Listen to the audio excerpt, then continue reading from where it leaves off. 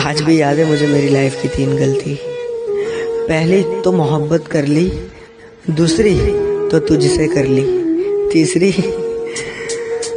हद से ज्यादा कर ली। बस खत्म ही समझो इस बोझ सी मोहब्बत का। पहले तुम्हें हमारा नहीं होना था, अब हमें तुम्हारा नहीं होना।